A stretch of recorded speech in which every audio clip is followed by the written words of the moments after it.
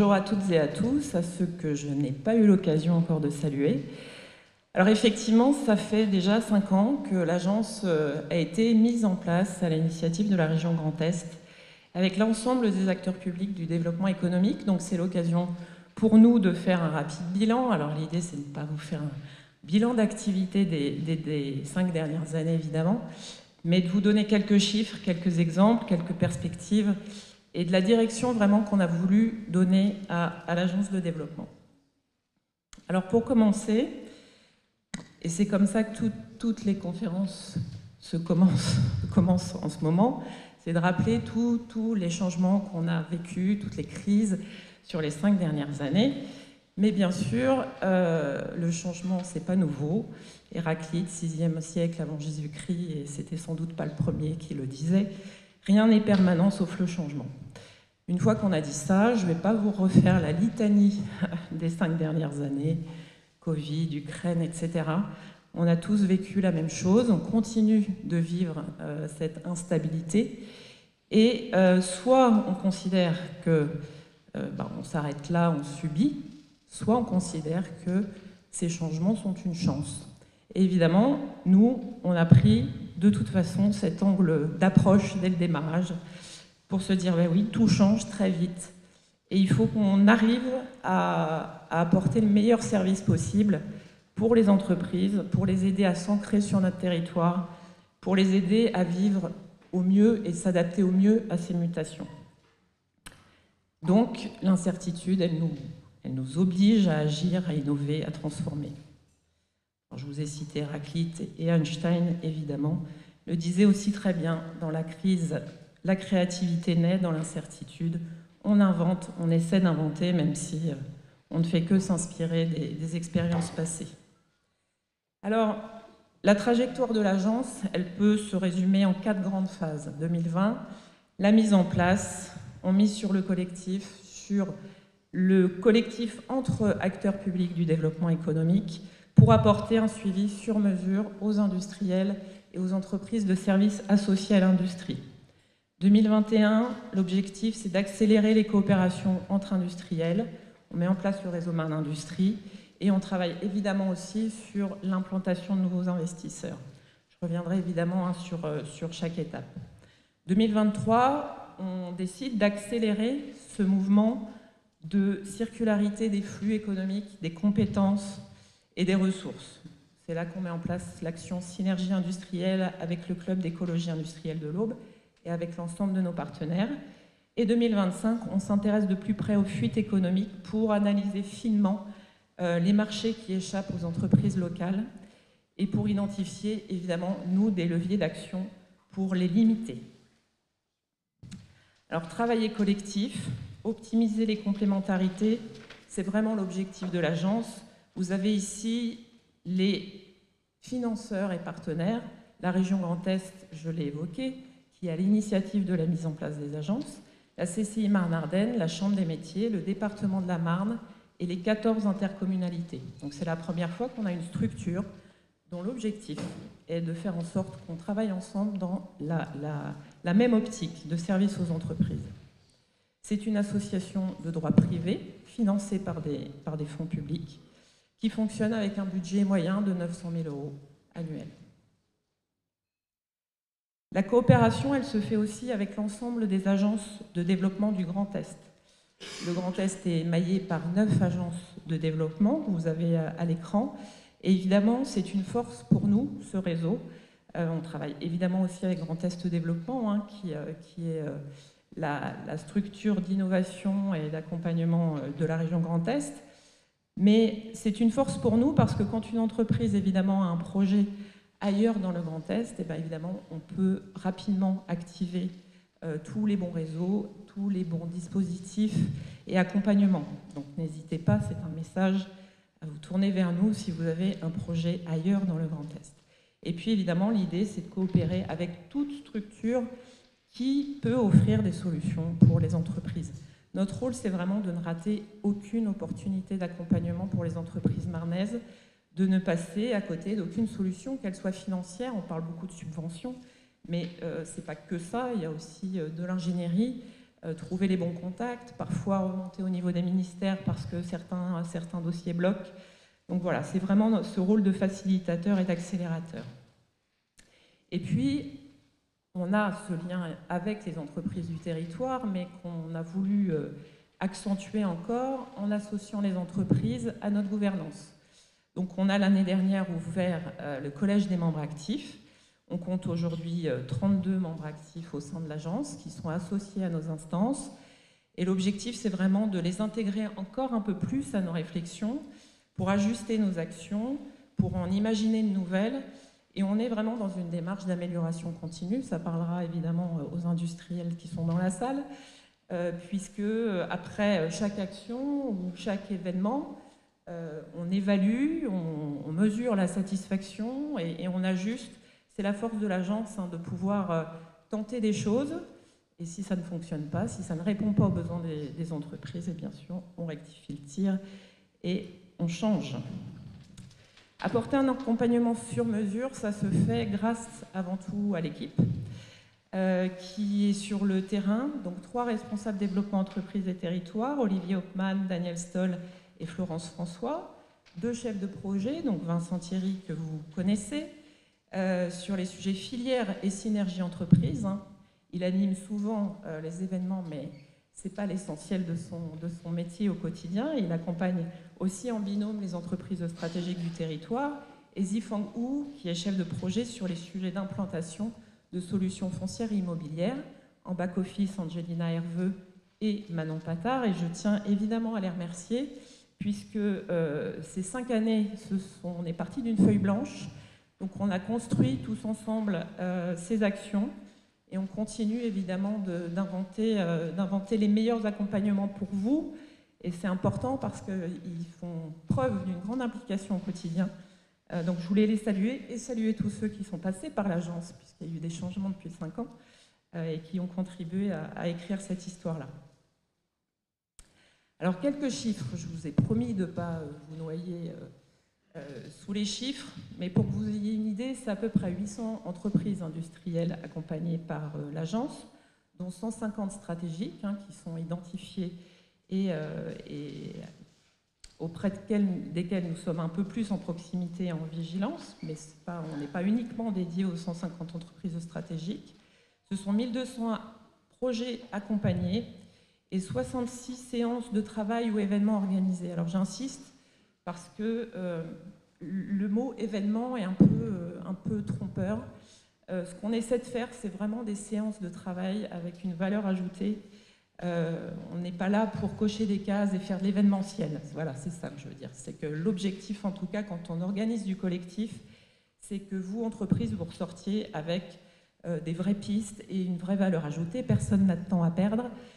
Donc, on organise en tout cas le collectif sous cet angle-là. Vous voyez les différents sujets sur lesquels on peut intervenir, investissement, recherche de locaux fonciers, les sujets environnementaux, recrutement. Évidemment, ce sont des chiffres, et derrière, ce que je veux souligner, c'est qu'encore une fois, nous, on est des facilitateurs. Si les chefs d'entreprise n'ont pas l'initiative, n'ont pas de projet, on n'existe pas, entre guillemets. Donc, ce qu'il faut retenir là, c'est que c'est surtout 1200 fois où un chef d'entreprise a eu besoin d'investir dans la modernisation de son parc machine, par exemple, d'investir sur sa transition environnementale, des panneaux photovoltaïques. Ça montre une vraie dynamique du territoire, surtout.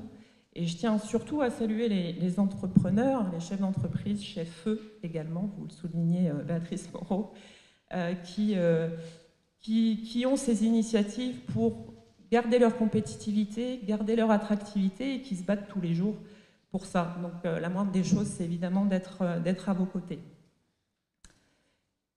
On est une agence de développement économique, donc 90% de nos actions sont tournées vers les entreprises implantées déjà sur le territoire, mais évidemment on a une partie aussi exogène, c'est-à-dire d'implantation de nouveaux investisseurs. Et pour cette mission, on travaille essentiellement avec Grand Est International, qui est la force de prospection internationale de la région Grand Est. Et on mobilise évidemment aussi nos propres réseaux pour identifier ces nouveaux investisseurs et ces nouveaux projets. Donc le rôle de Marne Développement dans ce cas-là, c'est de proposer avec les collectivités des solutions foncières, immobilières qui sont adaptées aux besoins de l'investisseur. C'est aussi d'identifier des solutions privées. On travaille depuis un certain temps sur l'identification du foncier détenu par les entreprises.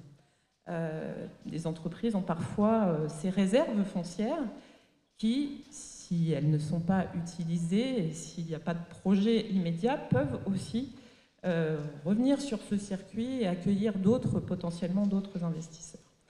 Mais pour identifier ce foncier-là, il y a un travail un peu plus fin, évidemment, à faire. Et puis notre rôle, c'est aussi de limiter les friches et de faciliter la reprise de sites existants. On a connu quelques fermetures sur le territoire récemment. J'aurai l'occasion d'y revenir. Notre rôle, c'est de faire en sorte de trouver rapidement, avec l'ensemble de l'écosystème, des repreneurs. Donc quelques chiffres depuis 2020, c'est un peu plus de 130 demandes exogènes qui ont été traitées par l'agence, une dizaine d'implantations finalisées et une centaine de millions investis sur le territoire. Un exemple, l'entreprise turque Koseda, qui s'est implantée sur le territoire de Vitry, entreprise spécialisée dans la clôture haute sécurité, 35 emplois créés à moyen terme, 20 millions d'investissements sur le territoire. C'est l'exemple presque parfait, on va dire, de la coopération entre les structures. C'est un projet qui a été identifié par Grand Est International. On a, nous, travaillé avec les collectivités pour trouver les meilleures propositions foncières pour pouvoir implanter cette entreprise. Derrière, les collectivités ont joué leur jeu, et en l'occurrence, Vitry a fait ce qu'il fallait pour pouvoir accueillir et attirer cet investisseur. Et c'est vraiment une implantation qui s'est faite très rapidement sur le territoire de Vitry. Et puis un exemple de reprise de friche d'un foncier qui aurait pu devenir une friche industrielle. Tereos a fermé l'an dernier 2 sites dans la Marne. Et nous sommes intervenus et on a mis en relation un porteur de projet, en l'occurrence l'Eneo, qui a repris le site de Morin avec un projet de production de biogaz. 35 emplois créés à moyen terme. Là, on est au tout début, contrairement à Koseda qui a démarré son activité. Il y a encore un peu de chemin pour que la production soit réelle sur le territoire. 60 millions d'investissements. Donc c'est un terrain qui n'a pas eu le temps de devenir une friche et qui a été repris très rapidement. Et le deuxième site, je tiens à souligner aussi, celui d'Aucimont, a trouvé repreneur avec GR Agri, conditionnement de pommes de terre. Donc voilà, on a un exemple de foncier qui aurait pu rester inoccupé et qui a trouvé repreneur très rapidement grâce à la mobilisation de tous les acteurs. Alors l'un de nos objectifs, c'est ce qu'on appelle la robustesse territoriale. J'avais eu l'occasion de l'évoquer sur la session de l'année dernière. La robustesse, c'est la capacité à se maintenir stable et viable malgré les fluctuations. Donc, on a des gens qui ont théorisé tout ça, et c'est Olivier Amand qui communique beaucoup en ce moment sur ce thème-là. Il est chercheur en biologie et biophysique, donc il est très inspiré de la nature et du vivant, pour voir comment les écosystèmes résistent. Et évidemment, les écosystèmes économiques sont des écosystèmes à part entière. Et notre rôle, c'est vraiment d'aller chercher cette robustesse, cette capacité à résister aux crises qu'on connaît et qu'on vivra encore sans doute. Alors pourquoi travailler le sujet de la robustesse territoriale? Pour mieux résister aux crises, pour être moins dépendant des approvisionnements extérieurs, et puis pour construire un tissu économique plus diversifié et plus résistant à long terme. Alors on l'abordera, c'est des sujets évidemment qu'on abordera avec Arnaud tout à l'heure. Plus un territoire, je te cite, plus un territoire présente un tissu productif diversifié, plus il offre aux entreprises une large palette d'options face à des événements extrêmes. Notre rôle, comment on conçoit l'action? On conçoit l'action en accélérant les coopérations entre les industriels, en accélérant la circularité des matières, des compétences, des flux économiques, et en aidant les entreprises marnaises à capter les marchés locaux et à exploiter au mieux les ressources locales. Le réseau Marne Industrie, on l'a évoqué, ça a été notre première action pour créer ce collectif industriel. C'est un réseau unique dans la Marne, un réseau d'échange, de partage entre industriels. On organise régulièrement des journées de travail entre pairs, donc 3-4 par an, c'est-à-dire qu'un industriel va accueillir une trentaine d'autres industriels. On a travaillé comme ça, on a été accueillis chez Cristal Union récemment pour travailler sur les sujets QSE. Chez Ceresia, début juillet, sur des sujets R&D. Et vous avez sans doute, peut-être en tant qu'industriel, vécu ces journées-là. Ce sont vraiment des journées techniques avec des partages d'expériences sur la matinée, parcours de l'entreprise sur l'après-midi, partage des rapports d'étonnement. Donc tout le monde repart, déjà l'entreprise qui accueille joue le jeu d'avoir ce regard critique. Et c'est une vraie ouverture et une vraie richesse. Et on remercie toutes celles qui ont déjà accepté de jouer ce jeu. Et tout le monde ressort gagnant de ces journées de travail.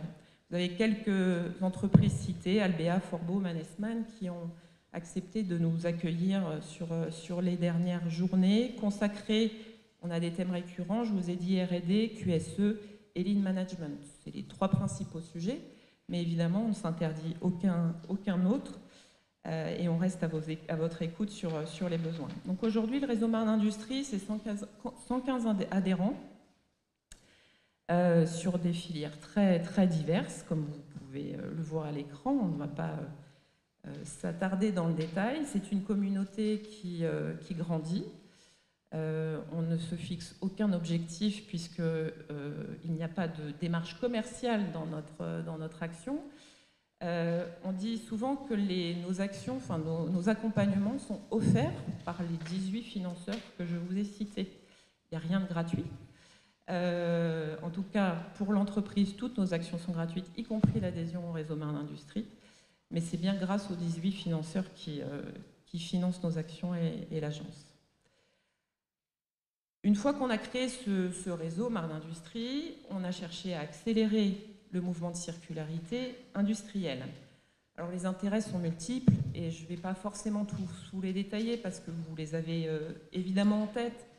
Ça permet de réduire les coûts de matières premières, d'énergie, de déchets. Ça ouvre de nouvelles opportunités d'affaires. L'attractivité est renforcée aussi pour les entreprises et les investisseurs. On voit vraiment, nous, ce sujet de circularité et de coopération comme un atout différenciant pour renforcer l'ancrage, l'attractivité et attirer aussi de nouveaux investisseurs. Si on affiche un territoire coopératif, on peut quand même espérer attirer davantage que si chacun joue sa carte dans son coin. Il y a des intérêts évidemment environnementaux à ces actions, puisque l'idée c'est de peser moins sur les écosystèmes naturels, moins consommer les ressources naturelles, réduire les émissions et les déchets. Et puis il y a aussi des intérêts sociaux et territoriaux, puisque dans ces actions, l'idée de créer des emplois locaux et non délocalisables est évidemment associée à cette démarche. Développer les coopérations interentreprises et avec les collectivités et renforcer ce sentiment d'appartenance et d'ancrage des entreprises marnaises. Alors comment ça se passe, cette action synergie industrielle? Appui du club d'écologie industrielle de l'Aube. On organise un atelier, une première matinée, on réunit une trentaine d'industriels, on identifie les ressources qu'ils sont prêts à partager, les ressources qu'ils recherchent.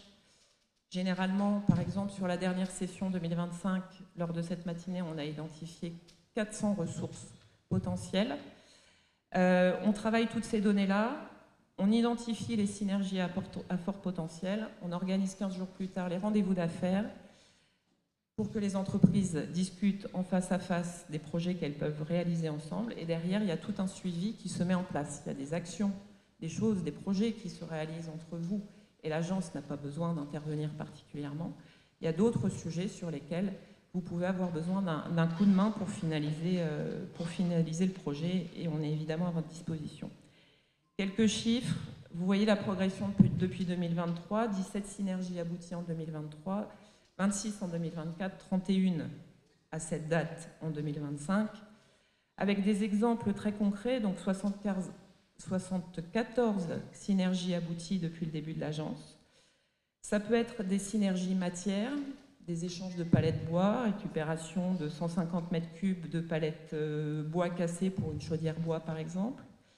Ça peut être des synergies expertise, et là c'est presque ce qui fonctionne le mieux, c'est-à-dire que quand vous avez une compétence dans votre entreprise, que vous êtes prêt à partager votre expérience, et ben voilà, on a des actions, enfin des projets qui sont mis en place sur des conseils en géothermie, des partages d'expériences sur l'optimisation de consommables.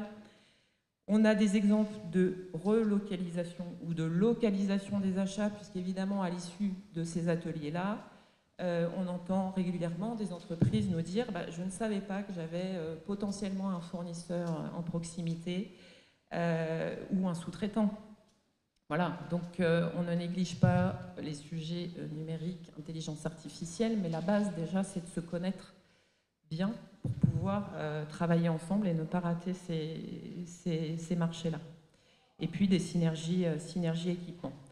J'ai fait un petit encart sur le fait que cette action-là est relativement, mais je laisserai Arnaud qui a une vision plus nationale que moi, est relativement originale à cette échelle, et que nous sommes de plus en plus contactés par d'autres territoires, Agence de la Seine-et-Marne par exemple, la métropole du Grand Nancy et territoire d'industrie associés, par un EPCI dans les Hauts-de-France, par la Fabrique de l'Industrie, pour voir comment on travaille ce sujet dans la Marne et qui commence à s'inspirer potentiellement de ces actions. Donc je pense que le club d'écologie industrielle de l'Aube que j'ai vu tout à l'heure aura quelques coups de fil sans doute bientôt. Alors quelle perspective ? J'aurai l'occasion d'en reparler sur la table ronde, je ne vais pas être très très longue. L'idée c'est d'exploiter mieux qu'on ne le fait aujourd'hui toutes les datas qui sont disponibles pour qu'on cible mieux les synergies à potentiel. On a beaucoup de données, les ressources dont je vous ai parlé tout à l'heure, on les exploite au mieux, mais aujourd'hui on n'a pas d'outils pour mettre ces informations à disposition de tous. Donc le Club de l'Aube a une base de données, mais peut-être que l'idée c'est de voir comment on pourrait ouvrir cette ressource. Explorer d'autres formes de coopération interindustrie, évidemment, on est en benchmark et en veille permanente sur ce qui se fait en France, mais ailleurs à l'étranger, parce qu'on a un focus franco-français et c'est toujours intéressant de voir comment on travaille ces sujets-là à l'étranger. On a quand même un écosystème particulier en France. On doit avancer sur l'évaluation de l'impact de tous ces projets-là. Impact économique, social, environnemental, territorial, pour sortir des indicateurs un peu classiques. Donc on travaille avec notre fédération nationale qui est le CNER, qui fédère toutes les agences de développement, pour travailler sur cette grille d'impact qu'on pourrait partager entre les agences en France pour mieux mesurer toutes ces actions. Et puis, il y a l'idée d'accroître, évidemment, encore avec les territoires, avec nos financeurs, l'attractivité de la Marne. On croit beaucoup à cette dimension coopérative, je pense que vous l'avez compris. Pour nous, c'est un atout différenciant. On l'intègre clairement dans nos argumentaires, en tout cas pour attirer de nouveaux investisseurs. Mais on a évidemment encore beaucoup de travail à réaliser ensemble sur ce sujet-là. Voilà, je vais m'arrêter là, puisque le signal a été donné.